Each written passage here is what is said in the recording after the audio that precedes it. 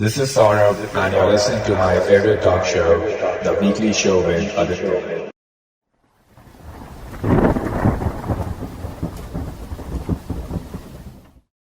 This is episode 153 on the 8th of January 2019. The time by the studio clock is 10:30 a.m.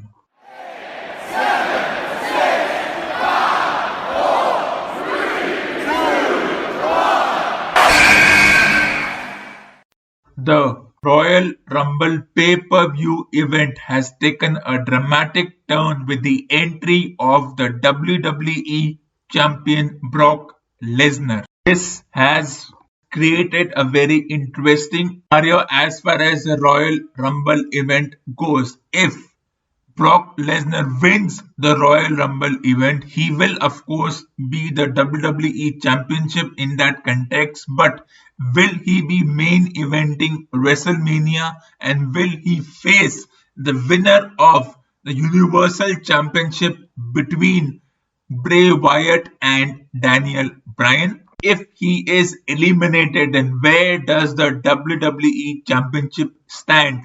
With the last wrestler standing win the WWE Championship, because this Royal Rumble event also becomes the WWE Championship match. And despite the predictable nature of this particular format of wrestling, difficult to put a finger on the front runner for the winner of the Royal Rumble match. Will it be a established superstar? Will it be someone who has just come into the fold over the past 6 months, or will it be someone who is in the middle, someone like Seth Rollins or Roman Reigns? Royal Rumble is usually known for the return of a few wrestlers who have been incognito for a very long time. For example, Chris Jericho, John Cena. It won't be a surprise if these individuals return for this very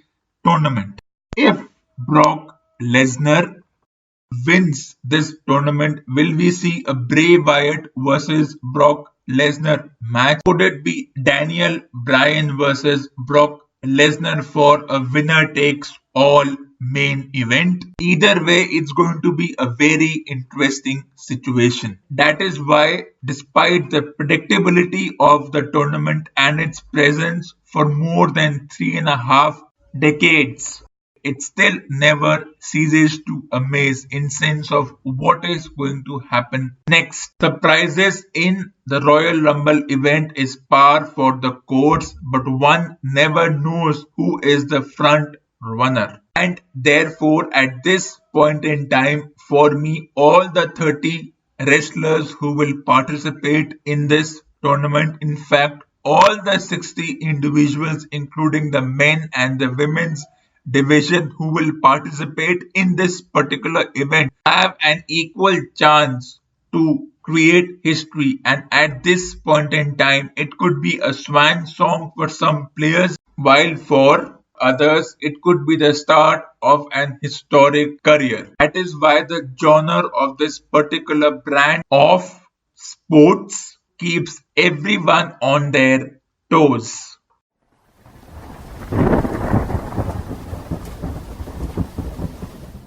Keeping up with theories and hypotheses which only talk about problems but not the solution, another one has cropped up which tries to define the mindset of the modern day population.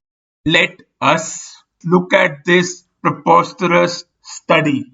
People with full-time jobs who endure long commutes may be more likely to have sleep problems and sedentary lifestyles than their counterparts who work closer to home, says a Swedish study. One has been continuously hearing this term sedentary lifestyles. The dilemma is, if individuals work from home, then it also contributes to a sedentary lifestyle. If they travel far, then it also contributes to a sedentary lifestyle.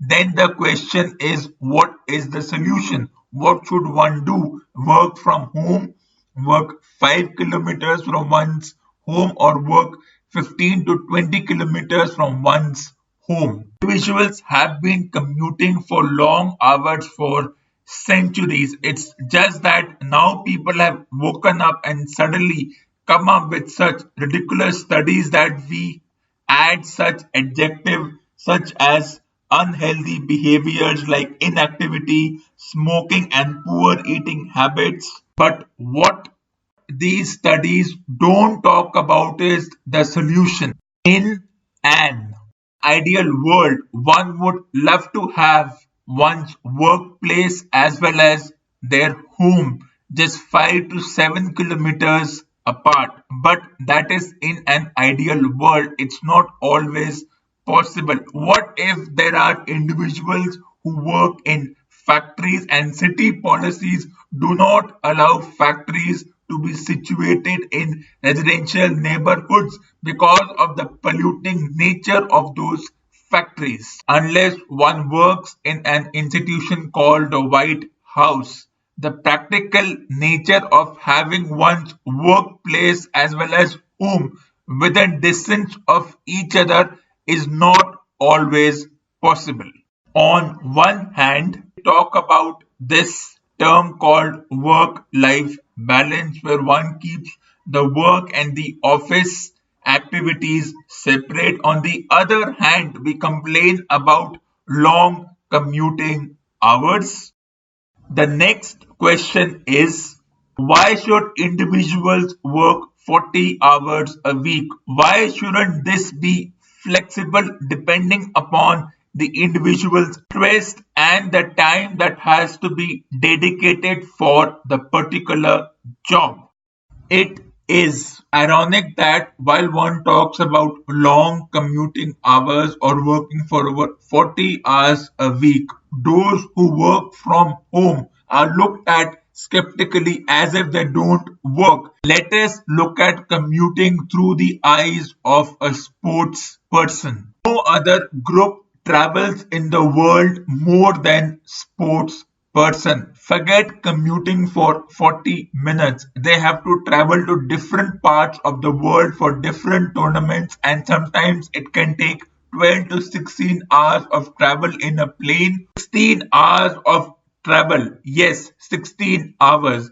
The individuals, the sports person who will be traveling to Olympics to Japan from India specifically, travel time is over 8 hours. Then there's the question of jet lag. And we expect these sports persons not to be tired because they are given all the facilities, including first class travel, lodging, amenities. Despite the fact that sports persons are physically active, even this 8 hours of travel can be a toll on their bodies. Yet we expect them to win medals like this 8 hours of travel is 8 minutes of travel. One also understands that sports person do not travel alone. They have an entire junket with them, including the managers, the coaches, the media contingent. No other profession in the world is as scrutinized as the sporting world. Even the entertainment world is not as scrutinized because, as far as the entertainment side of things goes, that is for a private purpose. But as far as the sport goes, sports persons are under contractual obligation with the sporting institutes as well as the country to win medals and championships. So we expect superhuman and machine like effort from these sports persons despite their long traveling hours. Let's not even compare long commuting hours of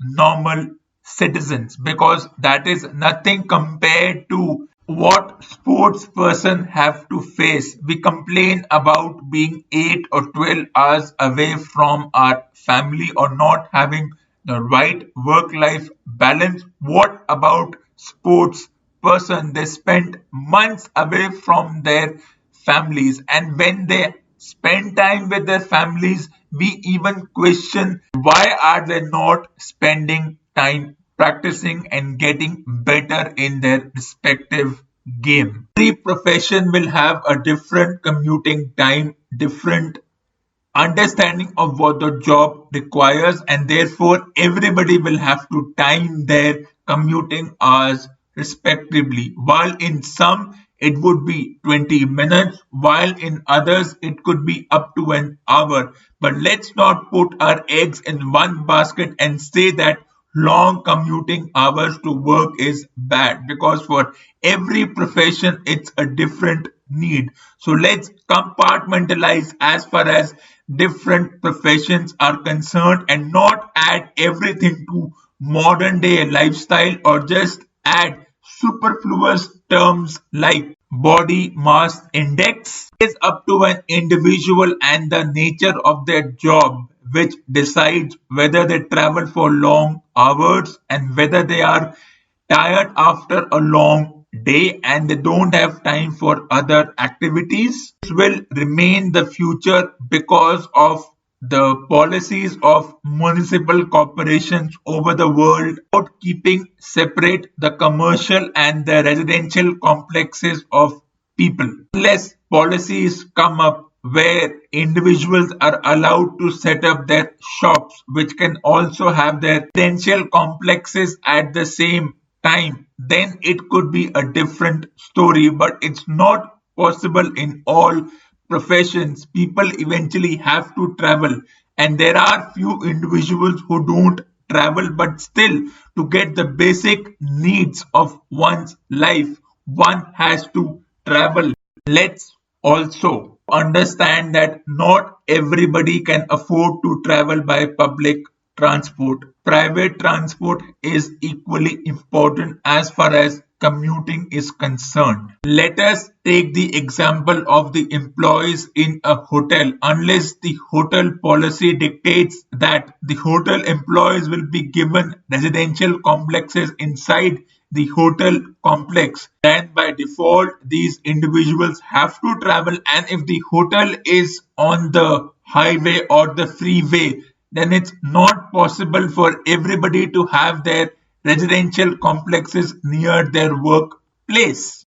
By postulating that long commuting hours affect an individual's health, one cannot come up with a solution that let's have all the residential complexes inside the place where you work. While it's probable for a few professions, it's not for the others. So the nature of the profession dictates one's commuting hours.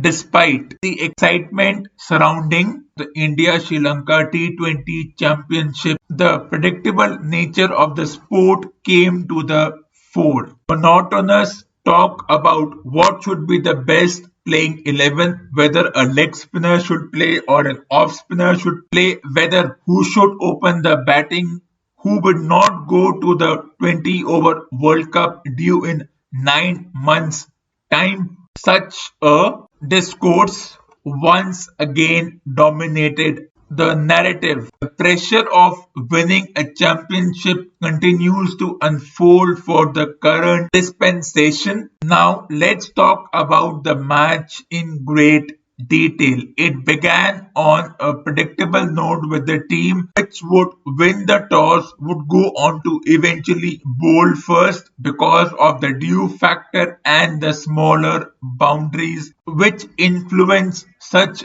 decisions. The team batting first, Sri Lanka in this case, began on a positive note by making 50 runs in the first 6 overs, and then it all imploded. The spinners in the middle overs put a stranglehold on the Sri Lankan batting. They didn't allow too many boundaries, and then came the conversation which really irked me. The young team without any experience could not exploit over numbers 11 to 15, and therefore when they made 140 runs, which is essentially a good total in any match, were found to be at least 15 to 20 runs short. Then came the reminiscence of a few individuals who went back into time and said that, oh, the greats of Sri Lankan cricket, the likes of Muralidharan, Vas, Sangakkara, Jayawardene, and the others would have done a much better job as far as batting is concerned and defending the total is concerned. But because Sri Lanka has an inexperienced team against a relatively powerful batting and bowling lineup, the batters from the Sri Lankan team could not take the pressure and score runs, and therefore the smaller boundaries become ineffective if this due factor and smaller boundaries theory continues to be part of the discourse. And how this sport is affected by external conditions, especially the weather elements, was seen in the first 20-over match. Rain had already delayed the match by over 2 hours, and when the rain finally abated and the groundkeepers had done their best to keep the outfield from getting soggy and dangerous for the fielders, then came the bombshell. A few patches on that 22-yard surface. This allowed the match to start because the pitch can become dangerous for the batters, and in this context the groundkeepers also had to take up a lot of criticism because the water seeped in through the covers and the pitch became wet, and despite the effort of all the officials involved in the match, the pitch could not become safe, and therefore the match had to be abandoned. While one understands that cricket is the only sport in the world which is affected by nature in such an extreme manner that matches can be abandoned because a portion of the ground is deemed unsafe, all this an elementary mistake by the groundkeepers who worked their heart out to make the ground available for the players is unacceptable because it is not the fault of the groundkeepers alone. It is also equally the management of the ground, the association, which has to say that we are at fault.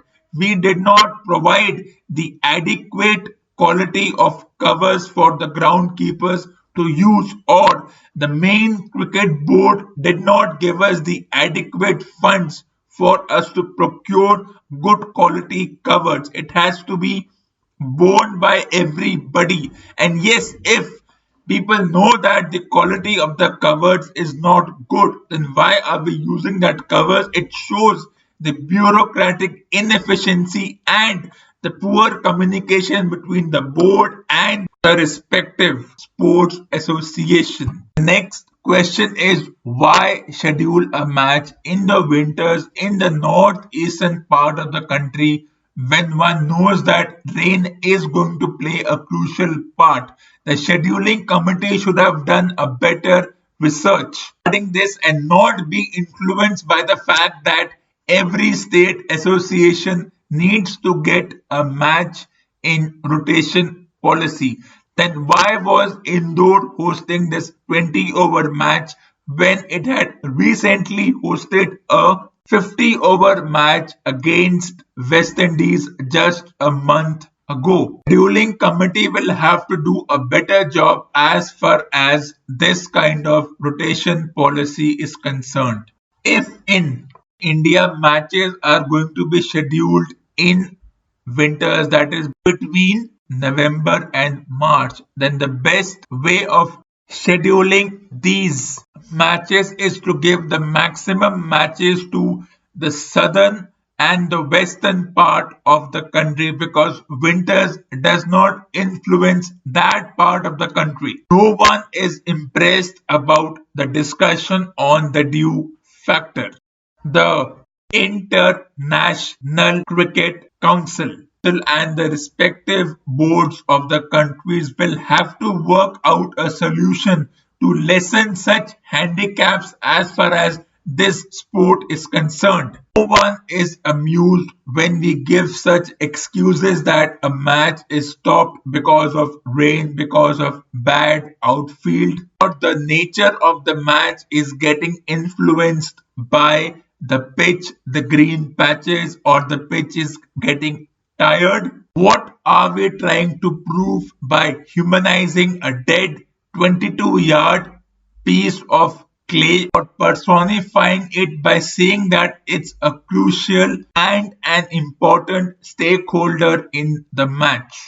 In no other sport do such inanimate objects become such important part of the discourse when one discusses a team's proposition of winning a match. This is the only sport in which the skill of the player is influenced by how this 22-yard dead surface will behave. For example, if in the subcontinent, that is India, Pakistan, Bangladesh and Sri Lanka, if the pitch is brown and is crumbling, then we expect the spinners to take wickets. Not only expect, but there is an obligation from the spinners to take wickets. And if a spinner does not take wickets, then we say that the spinner has not exploited the pitch. Similarly, if the conditions are overcast, that is, there is a cloud